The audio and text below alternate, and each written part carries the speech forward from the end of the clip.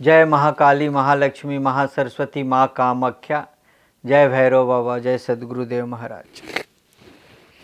श्रीमद् देवी भागवत महापुराण प्रथम खंड में चतुर्थ स्कंध का 9वां अध्याय की कथा हम लोग सुनने जा रहे हैं। 9वां अध्याय में प्रहलाद जी का तीर्थ यात्रा के क्रम में नैमिषारण्य पहुंचना और वहां नर नारायण से उनका घोर युद्ध, भगवान विष्णु का आगमन और उनके द्वारा प्रहलाद को नर नारायण का परिचय देना। व्यास जी बोले, हे राजन, इस प्रकार तीर्थ के कृत्य संपन्न करते हुए हिरण्यकश्यप पुत्र प्रहलाद को अपने समक्ष एक विशाल छाया संपन्न बट वृक्ष दिखाई पड़ा। वहाँ पर प्रहलाद ने गिद्धों के पंखों से सुशोभित नुकीले तथा शिला पर घर्षित करके अत्यंत दीप्त एवं उज्ज्वल बनाए गए अनेक प्रकार के बाण देखे। उन्हें देखकर प्रहलाद ने मन में सोचा कि इस परम पवित्र तीर्थ में ऋषियों के पुण्यमय आश्रम में ये बाण किसके हैं। इस पर चिंतन करते हुए प्रहलाद ने कृष्ण मृग चर्म धारण किए हुए तथा सिर पर विशाल जटाओं से सुशोभित धर्मपुत्र नर नारायण मुनियों को देखा। उनके आगे धनुर्वेदोक्त लक्षणों से संपन्न चमकीले शंखांग तथा आजगौ नामक 2 धनुष तथा 2 अक्षय तरकस रखे हुए थे।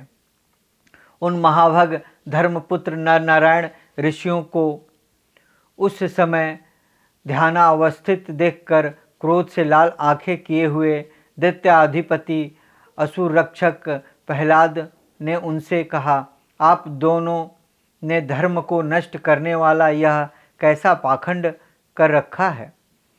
इस प्रकार की घोर तपस्या तथा धनुष धारण करना, ऐसा तो इस संसार में न कभी सुना गया न ही देखा ही गया।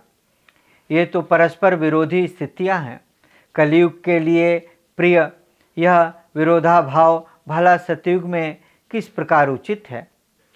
ब्राह्मण के लिए तो तपस्चरण ही उचित है। उन्हें धनुष धारण करने की क्या आवश्यकता है। कहाँ तो मस्तक पर जटा धारण करना और कहाँ यह तरकस रखना, ये दोनों बातें आडंबर मात्र हैं। दिव्य भावना वाले आप दोनों के लिए धर्म का आचरण ही उचित है। व्यास जी बोले, हे भारत, प्रहलाद का यह वचन सुनकर मुनिवर नर ने कहा, हे दैतेंद्र, हम दोनों की तपस्या के विषय में आप यह व्यर्थ चिंता क्यों कर रहे हैं। सामर्थ्य संपन्न हो जाने पर व्यक्ति जो कुछ करता है उसका वह सब कुछ पूर्ण हो जाता है। हे मंदबुद्धि, हम इन दोनों प्रकार के कार्यों को एक साथ करने में समर्थ हैं। इसके लिए हम लोक में प्रसिद्ध हैं। युद्ध तथा तपस्या दोनों में हम समान रूप से समर्थ हैं। फिर इस विषय में आप पूछकर क्या करोगे। आप इच्छा अनुसार अपने रास्ते चले जाएं। यहाँ व्यर्थ की बात क्यों कर रहे हैं। मोहग्रस्त होने के कारण आप अत्यंत कठिनता से प्राप्त किए जाने वाले ब्रह्म तेज को नहीं जानते। सुख की कामना करने वाले प्राणियों को ब्राह्मणों से बहस नहीं करनी चाहिए। प्रहलाद बोले, आप दोनों तपस्वी मंद बुद्धि वाले हैं और व्यर्थ ही अहंकार के वशवर्ती हो गए हैं। धर्म सेतु का परिवर्तन करने वाले मुझ दैतेंद्र प्रहलाद के रहते इस पवित्र तीर्थ में इस प्रकार अधर्मपूर्ण आचरण उचित नहीं है। हे तपोधन, आप में कितनी शक्ति है, इसे युद्ध में अभी प्रदर्शित कीजिए। व्यास जी बोले, जब प्रहलाद का वचन सुनकर ऋषि नर ने उनसे कहा, यदि आपकी ऐसी ही धारणा है तो मेरे साथ इसी समय युद्ध कर लीजिए। हे असुराधम, आज मैं तुम्हारा सिर विदृढ़ कर डालूंगा।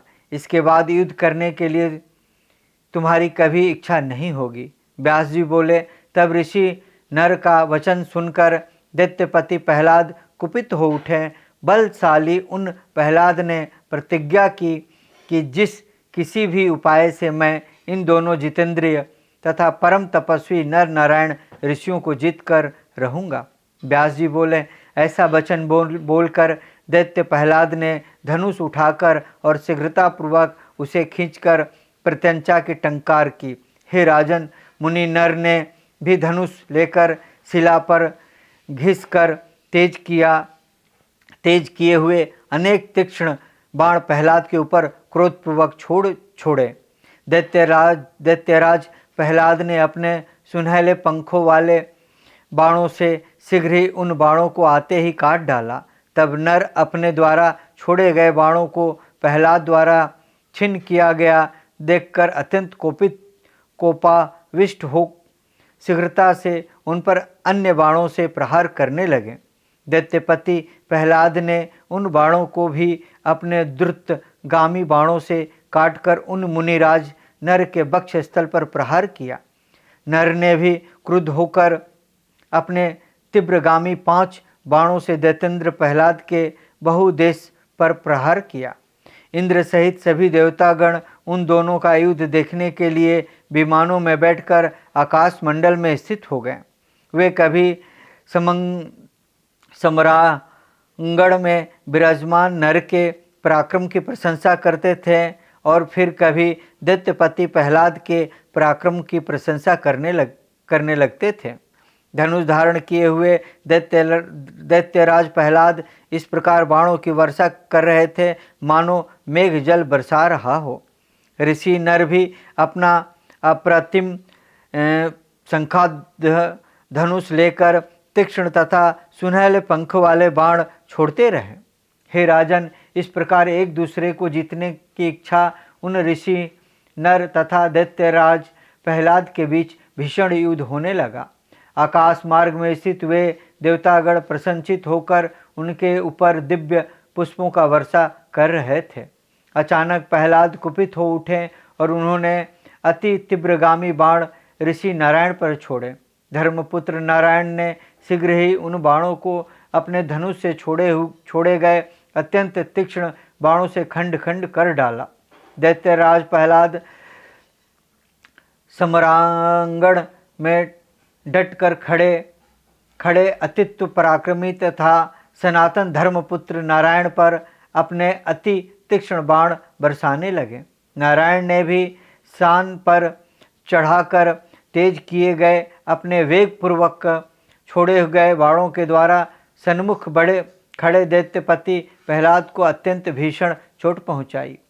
उस युद्ध का अवलोकन करने की इच्छुक देवताओं तथा दैत्यों का एक विशाल समूह अपने अपने पक्ष का जय घोष करते हुए आकाश में एकत्र हो गए। दोनों पक्षों की बाण वर्षा से आकाश के आच्छादित हो जाने पर उस समय इतना घना अंधकार हो गया कि दिन भी रात के समान प्रतीत होने लगा। इससे अति आश्चर्यचकित होकर देवता तथा दैत्य परस्पर कहने लगे कि यह अत्यंत भयावह संग्राम हो रहा है। ऐसा भीषण युद्ध तो पहले कभी नहीं देखा गया। बड़े बड़े देव ऋषि, गंधर्व, यक्ष, किन्नर, नाग, विद्याधर तथा चारण गण इस युद्ध को देखकर अत्यंत विस्मय में पड़ गए। उस युद्ध का अवलोकन करने के लिए मुनि नारद तथा पर्वत भी आए हुए थे। नारद मुनि ने पर्वत से कहा, ऐसा घोर संग्राम पहले नहीं हुआ था। तरकासुर युद्ध, वृत्तासुर युद्ध का युद्ध, यहाँ तक कि मधुकैटभ का युद्ध भी वैसा नहीं हुआ था जैसा कि इस समय नारायण के द्वारा किया गया। प्रहलाद अत्यंत वीर हैं, जो कि वे अद्भुत कर्म वाले सिद्धि संपन्न नारायण के साथ यह बराबरी का युद्ध कर रहे हैं। व्यास जी बोले, इस प्रकार प्रतिदिन तथा प्रति रात्रि बार बार युद्ध करते हुए वे दोनों दैत्य तथा तपस्वी घोर संग्राम में तत्पर रहे। नारायण ने एक बाण से प्रहलाद का धनुष काट दिया। तब प्रहलाद ने तत्काल दूसरा धनुष ले लिया। नारायण ने हस्त कौशल दिखाते हुए पुनः बड़ी शीघ्रता से दूसरा बाण चलाकर उस धनुष को भी बीचों बीच से काट डाला। इस प्रकार नारायण बार बार धनुष काटते जाते और प्रहलाद दूसरा धनुष लेते जाते। अंत में नारायण ने कुपित होकर अपने बाणों से उनके धनुष को शीघ्रता से पुनः काट दिया। उस धनुष के भी कट जाने पर दैत्यराज प्रहलाद ने अपना परिध उठा लिया और अत्यंत क्रोधित होकर बड़ी फुर्ती से धर्मपुत्र नारायण की भुजाओं पर प्रहार किया। प्रतापी नारायण ने अपनी ओर आते हुए उस परिध को 9 बाणों से काट दिया और 10 बाणों से प्रहलाद पर चोट की। तत्पश्चात दैत्येंद्र प्रहलाद ने पूर्णतः लोहमयी दृढ़ता गदा उठाकर क्रोधपूर्वक नारायण मुनि की जंघा पर शीघ्रतापूर्वक प्रहार किया। उस गदा प्रभाव से भी धर्मपुत्र नारायण पर्वत की भांति अविचल भाव से चिर स्थिर चित्त होकर खड़े रहे। तदंतर परम पराक्रमी भगवान नारायण ने बड़ी तेजी से अनेक बाण छोड़े और दैत्यपति प्रहलाद की सुदृढ़ गदा को खंड खंड कर दिया। आकाश में स्थित होकर युद्ध देखने वाले बड़े आश्चर्य में पड़ गए। तत्पश्चात शत्रुओं का दमन करने वाले प्रहलाद ने शक्ति उठाकर कुपित हो बलपूर्वक बड़ी तेज से नारायण के वक्षस्थल पर प्रहार किया। तब सामने आती हुई उस शक्ति को देखकर नारायण ने एक ही बाण से बड़ी आसानी से उसके 7 खंड कर दिए और साथ ही 7 बाणों से प्रहलाद पर प्रहार किया। हे राजन, इस प्रकार सबको विस्मित कर देने वाला यह युद्ध 100 दिव्य वर्ष तक चलता रहा। तदंतर 4 भुजाओं से शोभा पाने वाले पीताम्बरीधारी भगवान विष्णु शीघ्रतापूर्वक उस आश्रम में आ गए। तत्पश्चात हाथों में शंख चक्र गदा और पद धारण करने वाले वे चतुर्भुज लक्ष्मीपति विष्णु प्रहलाद के आश्रम पर पहुँचे। वहाँ उन्हें आए हुए देखकर हिरण्यकश्यप पुत्र प्रहलाद बड़ी श्रद्धा के साथ उन्हें प्रणाम करके हाथ जोड़कर कहने लगे। प्रहलाद बोले, हे देवदेव, हे जगन्नाथ, हे भक्त वत्सल, हे माधव, मैं इन दोनों तपस्वियों को युद्ध में क्यों नहीं जीत सका। हे देव, मैंने देवताओं के पूरे 100 वर्ष तक इनके साथ युद्ध किया, फिर भी वे जीते न जा सके। मुझे यह महान आश्चर्य है। विष्णु बोले, हे आर्य, ये दोनों सिद्ध पुरुष हैं और मेरे ही अंश से अभिभूत हैं, अतः इन्हें न जीत पाने में आश्चर्य क्या। नर नारायण नाम से प्रसिद्ध इन जितात्मा तपस्वियों को तुम नहीं जीत सकते। अतः हे राजन, तुम अपने वितल लोक को चले जाओ और वहाँ मेरी अविचल भक्ति करो। हे महामते, तुम इन दोनों तपस्वियों से विरोध मत करो। व्यास जी बोले, भगवान विष्णु से ऐसी आज्ञा पाकर दैत्यपति प्रहलाद असुरों के साथ वहाँ से प्रस्थित हो गए। तदंतर नर नारायण पुनः तपस्या में संलग्न हो गए। इस प्रकार श्रीमद् देवी भागवत महापुराण प्रथम खंड में चतुर्थ स्कंद के 9वां अध्याय ओम ततस्तम।